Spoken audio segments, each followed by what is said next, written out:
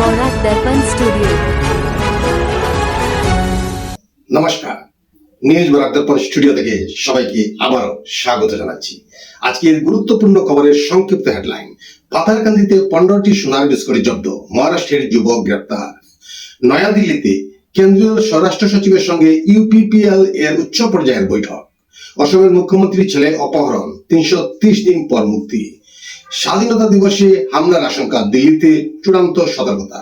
নয়ডায় 16 তলা থেকে জাপ নববিবাহিতের পণের জন্য অত্যাচারের অভিযোগ। গৃহমন্ত্রীর দায় স্বীকার ও প্রধানমন্ত্রীর ক্ষমা চাওয়ার দাবি পবন খেড়ার। আদানির বিরুদ্ধে ঘুষের মামলা খারিজ মার্কিন আদালতে। মাঝ আকাশে 300 ফুট নেমে গেল এয়ার ইন্ডিয়ার বিমান, তদন্তে 2 কারণ। আমেরিকার 1,75,000-এরও বেশি ভিসা বাতিল। সিরিয়ায় ক্ষমতাচ্যুত প্রেসিডেন্ট বাশার আল আসাদের মৃত্যুদণ্ড। বিস্তারিত প্রতিবেদনে। শিলভূমি জেলার পাথারকান্দিতে যাত্রীবাহী গাড়িতে তল্লাশি চালিয়ে জুতোর ভিতর লুকিয়ে রাখা 15টি সোনার বিস্কুট উদ্ধার করল পুলিশ। ঘটনায় মহারাষ্ট্রের আসলাম শেখ ইমতিয়াজকে গ্রেপ্তার করা হয়েছে। পুলিশের দাবি, উদ্ধার হওয়া সোনার ওজন 7.60 কেজি এবং আনুমানিক মূল্য 1,06,40,000 টাকা। সোনা কোথা থেকে আনা হয়েছিল এবং কোথায় পাচারের পরিকল্পনা ছিল তা জানতে ধৃতকে জিজ্ঞাসাবাদ করছে পুলিশ।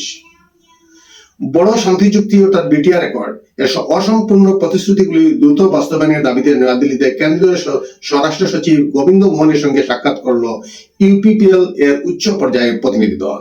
এই দলে ছিলেন ইউপিপিএল সভাপতি প্রমোদ বড়, সাংসদ রণগৌরা নার্জারি ও জয়ন্ত বসুমতারি। ইউপিপিএল এর প্রধান দাবি, চলতি বর্ষাকালীন সংসদ অধিবেশনে 125তম সংবিধান সংশোধনী বিল পাশ করা, পাশাপাশি বিটিআর এর সীমানা সম্প্রসারণ, বড় কাছারিদের এসটি মর্যাদা, স্বায়ত্তশাসিত পরিষদের ক্ষমতা বৃদ্ধি এবং 1,500 কোটি টাকার উন্নয়ন প্যাকেজ বাস্তবায়ন এবং প্রাক্তন এনডিএফবি সদস্যদের পুনর্বাসনের দাবিও জানানো হয়েছে। দলীয় নেতৃত্বের আশা, কেন্দ্র দ্রুত পদক্ষেপ নিয়ে বিটিআর চুক্তির সমস্ত প্রতিশ্রুতি পূরণ করবে। 1993 সালের 8 এপ্রিল গৌহাটির বেলতলা থেকে তৎকালীন টাটা টির শীর্ষ আধিকারিক ও আসামের প্রথম মুখ্যমন্ত্রী গোপীনাথ বরদলৈর ছেলে বলিন বরদলৈকে অস্ত্রধারীরা অপহরণ করে। দীর্ঘ 330 দিন বিভিন্ন স্থানে বন্দী থাকার পর 1994 সালের 2 মার্চ তিনি মুক্তি পান। এই দীর্ঘ অপহরণ অভিজ্ঞতা নিয়ে বলিন বরদলৈ লিখেছেন সেই 330 দিন। মিতালি শর্মার সম্পাদনায় বইটি প্রকাশ করেছে Saraswati printers and publishers private limited.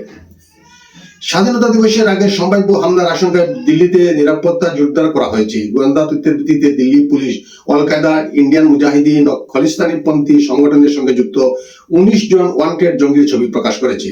Rail station, metro, bus stand, বাজার ও ভিড়ভাট্টা এলাকায় অতিরিক্ত বাহিনী মোতায়েন করা হয়েছে। সিসিটিভির মাধ্যমে চলছে কড়া নজরদারি। সন্দেহজনক কাউকে দেখলে দ্রুত পুলিশকে জানানোর পরামর্শ দেওয়া হয়েছে। উত্তরপ্রদেশের নয়ডায় সেক্টর 108 এর একটি অভিজাত আবাসনে 16 তলা থেকে ঝাঁপ দিয়ে মৃত্যু হলো নববিবাহিতা কামিনী কুমারীর। গত 11 জুলাই তার বিয়ে হয়েছিল। পুলিশ জানিয়েছে ঘটনাস্থল থেকে কোনো সুইসাইড নোট পাওয়া যায়নি। স্বামীর দাবি, কয়েকদিন ধরে মানসিক অবসাদে ভুগছিলেন কামিনী।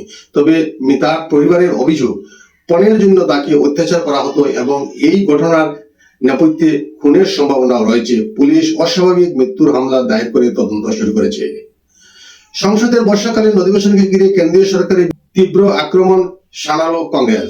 দলের প্রবীণ নেতা পবন খেড়ার দাবি, বিরোধীরা দেশের গুরুত্বপূর্ণ ও জনস্বার্থের বিষয় সংসদে তুলে ধরায় প্রধানমন্ত্রী নরেন্দ্র মোদী ও স্বরাষ্ট্রমন্ত্রী অমিত শাহ চাপিয়ে পড়েছেন। খেড়া অভিযোগ করেন, সরকার বিরোধীদের যুক্তিপূর্ণ প্রশ্নের জবাব দিতে ব্যর্থ হয়ে তাদের কণ্ঠরোধের চেষ্টা করছে। শিক্ষার্থীদের ন্যায়সঙ্গত প্রতিবাদ দমন এবং মৌলিক অধিকারে আঘাতের অভিযোগে প্রধানমন্ত্রীকে সংসদে এসে দেশবাসীর কাছে ক্ষমা চাওয়ার দাবিও জানান তিনি। পাশাপাশি চাঁদা চুরি মামলা ও দুর্নীতির অভিযোগ নিয়ে সরকারের স্পষ্ট বক্তব্য দাবি করেছেন খেড়া। জনস্বার্থ শিক্ষার্থীদের অধিকার রক্ষায় সংসদের ভিতরে ও বাইরে আন্দোলন চালিয়ে যাওয়ার বার্তা দিয়েছেন কংগ্রেস। গৌতম আদানির বিরুদ্ধে ঘুষ ও জালিয়াতির অভিযোগে চলা মামলা খারিজ করে দিল আমেরিকার ব্রুকলিনের আদালত। তবে মামলা নিষ্পত্তিতে মার্কিন বিচার বিভাগের সিদ্ধান্ত নিয়ে প্রশ্ন তুলেছেন বিচারক নিকোলাস গারওয়াফি। মামলার খারিজের সিদ্ধান্তকে স্বাগত জানিয়ে আদানি বলেন, তার সংকটের সময় সততা, স্বচ্ছতা ও আইনের শাসনের উপর আস্থা রেখেছেন। উল্লেখ্য, আদানি গ্রিন এনার্জির বিরুদ্ধে সরকারি আধিকারিকদের ঘুষ নিয়ে সৌরবিদ্যুৎ প্রকল্পের বরাত পাওয়ার অভিযোগ উঠেছিল। আদানি গোষ্ঠী অবশ্য অভিযোগ অস্বীকার করে এসেছে। ফুকেট থেকে দিল্লিগামী এয়ার ইন্ডিয়ার AI-2379 বিমান মাঝ আকাশে আচমকা প্রায় 300 ফুট নিচে নেমে যায়। ঘটনায় যাত্রী ও বিমানকর্মী মিলিয়ে অন্তত 14 জন আহত হন। প্রাথমিক তদন্তে বিপত্তির সম্ভাব্য দুই কারণ হিসাবে হাইড্রোলিক ব্যবস্থার গোলযোগ এবং অটো পাইলটের সঙ্গে সংযোগ বিচ্ছিন্ন হয়ে যাওয়া উঠে এসেছে। ঘটনার তদন্ত করেছে DGCA ও AAIB। বিমানটি ছিল এয়ারবাস A320। মার্কিন প্রেসিডেন্ট ডোনাল্ড ট্রাম্প এর প্রশাসন 1,75,000-এরও বেশি বিদেশি নাগরিকদের ভিসা বাতিল করেছে। মার্কিন স্টেট ডিপার্টমেন্ট জানিয়েছে, অপরাধমূলক কর্মকাণ্ড, মাদক সংক্রান্ত অপরাধ, চুরি, মদ্যপ অবস্থায় গাড়ি চালানো, যৌনপীড়ন, জালিয়াতি ও অভিবাসন নীতির অপসারণের মতো কারণে এই ভিসাগুলি বাতিল করা হয়েছে। জাতীয় নিরাপত্তা ও বিদেশ নীতি রক্ষার স্বার্থে এই অভিযান ভবিষ্যতেও চলবে বলে জানিয়েছে মার্কিন প্রশাসন। মানবতা বিরোধী অপরাধ, হত্যা ও নির্যাতনের অভিযোগে সিরিয়ার ক্ষমতাচ্যুত প্রেসিডেন্ট বাশার আল আসাদকে মৃত্যুদণ্ড দিল দামাস্কাসের আদালত। একই সাজা দেওয়া হয়েছে তার আত্মীয় আতেফ নাজিবকেও।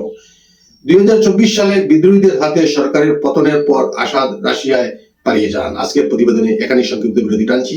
সবাইকে শুভ সন্ধ্যা জানিয়ে বিদায় নিচ্ছি। নমস্কার।